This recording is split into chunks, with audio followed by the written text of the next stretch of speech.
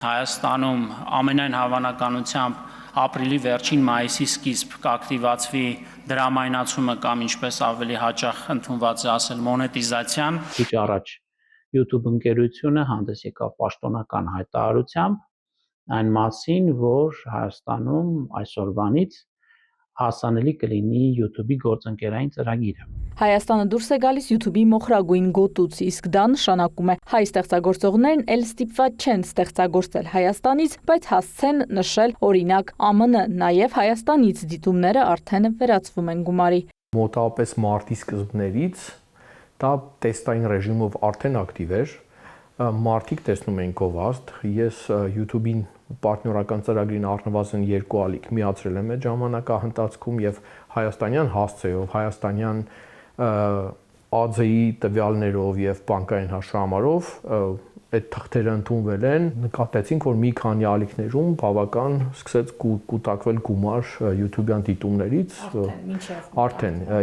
մարտին եւ ապրիլին եւ նույնիսկ փետրվարին Սա դեռ չթիրախավորված թեստային գովազդի դեպքում այս երկար սպասված ու շատ քննարկված իրադարձության պաշտոնական մեկնարկը այս տարվա փետրվարի 10-ին էր ԱՄՆ փոխնախագահ Ջեյդի Վենսի այցի շրջանակում։ Նոր հնարավորություններ հայ ստեղծագործողների համար YouTube-ի կառավարության հետ կապերի եւ հանրային քաղաքականության հարցերով փոխնախագահ Լեսլի Միլլերի գնահատականն է այս մեկնարկին։ Մենք պարտավորվում ենք աջակցել խոսքի ազատությանը եւ ձևավորել նոր տնտեսական հնարավորություններ Հայաստանում ստեղծագործողների ընդլայնվող համայնքի համար։ Գործարկելով YouTube-ի գործընկերային ծրագիրը հույս ունենք առավել հզորացնել բովանդակություն ստեղծողներին եւ անհամբեր սպասում ենք նրանց նոր ձեռքբերումներին։ Հայաստանում ԱՄՆ գործերի ժամանակավոր հավատարմատար Դեյվիդ Ալենը մանրամասնում է Հայաստանում YouTube-ի գործընկերային ծրագրի ընդլայնման նախաձեռնության հիմքում ԱՄՆ-Հայաստան տեխնոլոգիական համագործակցության առավել ընդարձակ օրակարգն է։ Այդ թվում արհեստական բանականության եւ կիսահաղորդչային նորարարությունների վերաբերյալ նախորդ տարի ստորագրված փոխհմբռնման հուշագիրը։ Բավական աշխատանք է տարվել, որը չի երևում, բայց ես հետևել եմ, տարիներ շարունակ, օրինակ եղավ նույնիսկ Վահագն Խաչատուրյանի մակարդակով նախագահ այցելեց Սիլիկոնյան հովտում Google-ի գրասենյակ, եթե չեմ սխալվում Մխիթար Հայրապետյանը նույնպես նախարար այցելեց, եղավ դեսպանը, այսպես տարբեր առիթներով հայաստանյան պաշտոնյաները շփումներ էին կազմակերպում Google-ի հետ։ Իսկ ինչ ունեինք այս տարիներին եւ ինչու չունեինք, Արթուր Պապյանը YouTube-յան հայաստանյան պատմության էքսկուրս է անում։ Հայաստանում չունեինք YouTube պարտներական ծրագիր եւ Հայաստանից ալիքները նախկինում հիմնականում գրանցվում էին որպես այլ երկրի ալիք, օրինակ Միացյալ Նահանգների, չգիտեմ, Ռուսաստանի եւ այլնի, եւ այդպես էին մոնետիզացվում։ Օրինակ ես շուտ ալիքներ եմ ունեցել 13-14 թվականից մոնետիզացված, երբ VPN-ով կպնում էինք ներկանում որպես Եվրոպա կամ որպես Միացյալ Նահանգներ։ Ու այդպես շատերը կարողանում էին ստեղծագործելով Հայաստանում գումար ստանալ Google-ի գովազդներից։ Ինչ որ պահից սկսած երևի 17-18 թվականներին էր, երբ որ հնարավոր էր դարձել նաև հայաստանյան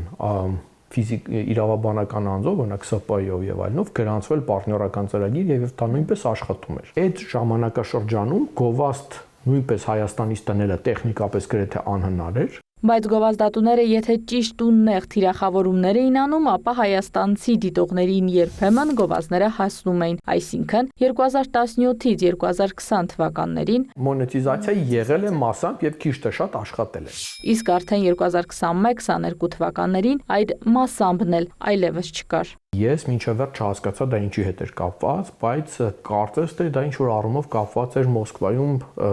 սպասարկման կենտրոնների գոյության դադարեցման հետ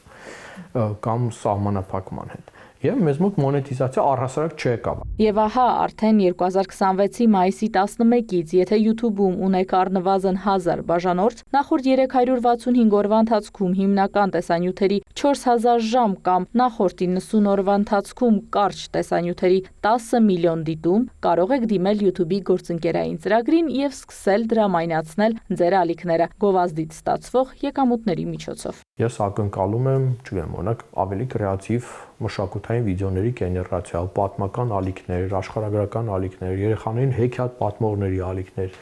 ինչի մարդ հետ ինչ որ գիրք ունի ու հաճույքով ստեղծում է կոնտենտ,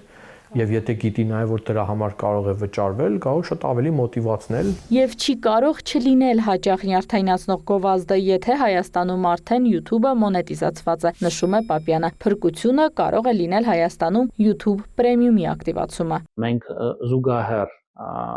աշխատանքներ ենք տանում, քննարկումների մեջ ենք YouTube-ի գործընկերների հետ, որպեսզի նորանոր YouTube-յան ծառայություններ ակտիվացվեն, հասանելի դառնան մեզ համար այստեղ Հայաստանում, այդ թվում եւ YouTube Premium-ը։ Եվ ես լիահույս եմ, հաշվի առնելով բանակցությունների դրական դինամիկան, որ մոտ ժամանակներս նաեւ այդ ծառայությունը հասանելի կլինի։ Ամբողջ աշխարհում ավելի քան 3 միլիոն ստեղծագործողներ YouTube-ի գործընկերային ծրագրի անդամ են, եւ նախորդ 4 տարիների ընթացքում YouTube-ը նրանց վճարել է ավելի քան $100 միլիարդ։ Իրինա Մկրտչյան, Հովհաննես Քյուրքչյան, Լուրեր։